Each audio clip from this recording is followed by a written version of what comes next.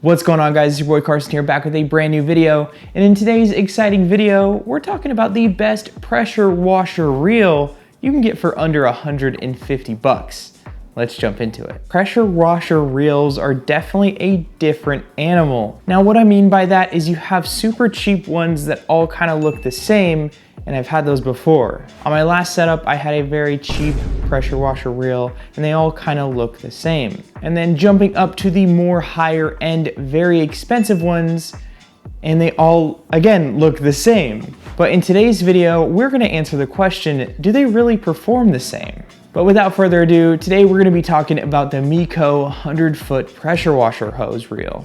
Now this looks like a very, very popular hose reel, and that's what immediately drew my eye to this. Now this pressure washer reel, of course, looks like the Cox hose reel style, and it is a very, very unique style. Kind of jumping over into the specifics of it. Of course, with this hose reel, you can have two different options with the actual hose itself. Now this can carry 100 feet of 3/8 hose or 200 feet of 1/4 inch hose. This does have a max working pressure of about 4,000 PSI, and then everything on here is 3/8 inch female MPT. At the time of recording this is coming in right around $159, but I have seen it drop as low as $129, which is a smoking good deal for this unit. Now, the only color that I have seen this in is just the blue, which fits my setup perfectly, but maybe, hopefully in the future, they can do like a black powder coated finish, which would be pretty dang sweet. But if you saw my previous video on my garage tour, you knew that my old pressure washer hose reel is something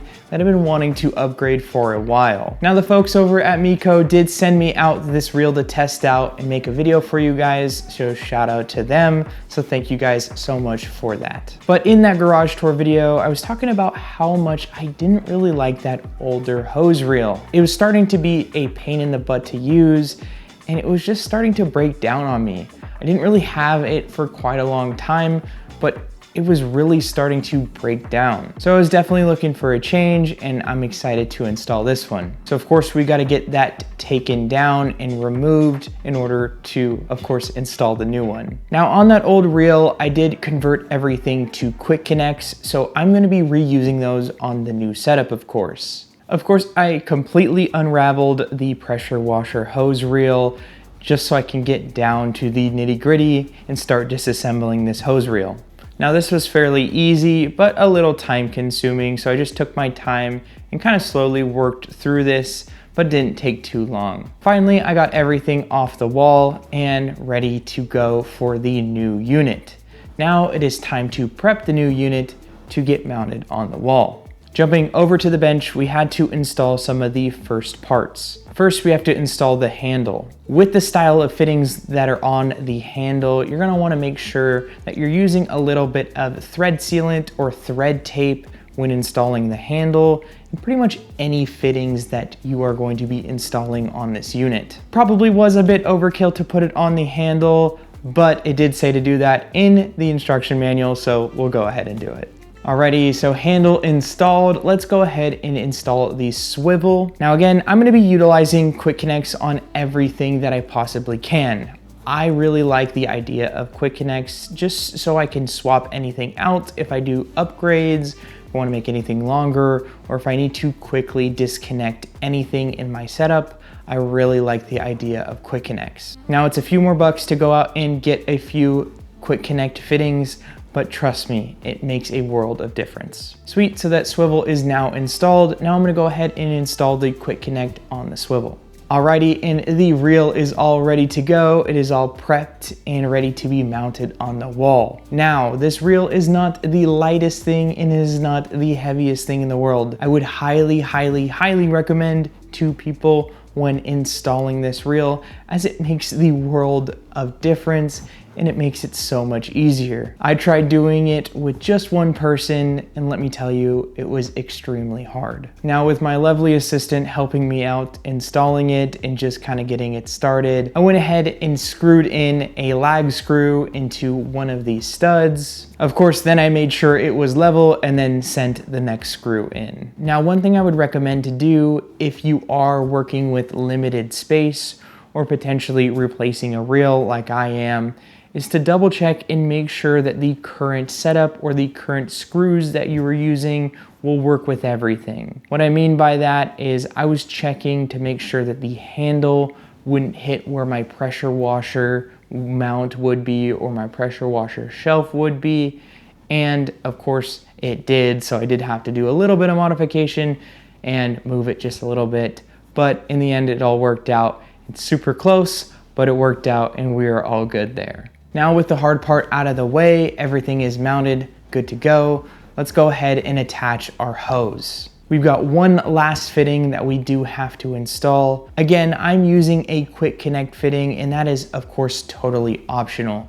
You can just screw your hose straight in there, but I would highly recommend using a quick connect fitting here. Now, saying this is not a tricky spot and this sucks to tighten would be a blatant lie.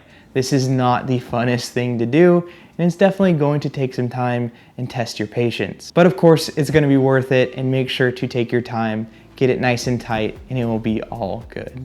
Next, we're gonna go ahead and remove the little hose clamp to keep everything nice and tidy. Slide our hose right on through, connect our quick connect if we do choose to do so, reattach and install our clamp back in there. Again, this can be a little tricky too, lining up all the bolt holes there and kind of getting it nice and figured out. And finally, go ahead and wind up your hose nice and neatly there in a nice spiral fashion. Sweet, we've got one more thing we've got to do and then we're ready to rock. Now, unfortunately, it was a couple days later and I did not get that on film, but you're gonna need to get a jumper hose. Now, the jumper hose was something that I did have to order, and it's something that you will too. Of course, this is gonna be depending on your setup specifically and how far your pressure washer is from the reel itself. Now, to give you a bit of insight, I went ahead and went with a 3-foot jumper hose. Now, of course, mine has a bit of a bend there, and I am totally okay with that.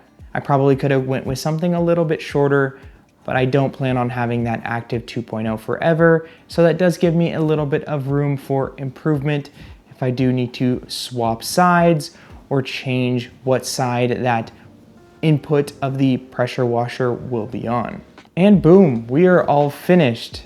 Jumper hose is installed and everything is looking super good. If you want to have the cherry on top, you can head over to Obsessed Garage and get one of their little pressure washer hose plugs there. They call them the PP plugs, and just top it off there, and man, it looks good. Now, quickly going over the hose reel itself, of course, you've got the crank there. Next to that, you have a little knob there, and that is going to control kind of your stiffness on how much it pulls out. Typically, all I have to do is turn it maybe 1/4 of an inch or so, and the hose is ready to go. I can easily pull that down and then tighten it 1/4 of an inch, and I'm locked in and good to go. Now, I've used both of these hose reels on a pretty regular basis, meaning this hose reel versus the Cox hose reel. And honestly, I really can't tell a difference. Of course, this one you're saving quite a bit more money versus this one you're paying a little bit more money. Now, will this stand the test of time? Who knows? But especially for the detailer, the pro home enthusiast, or the mobile detailer that's maybe on a little bit more of a stricter budget, I think this is going to be a great option. And with the lifetime warranty, you really, really can't go bad. But guys, that is really it. If you did enjoy this video or want any more detailing tips or any more detailing product reviews, definitely let me know with a comment down below. If you like this type of content, make sure to like the video, subscribe down below for more detailing content, and I'll see you guys in the next video. I'm out. Peace.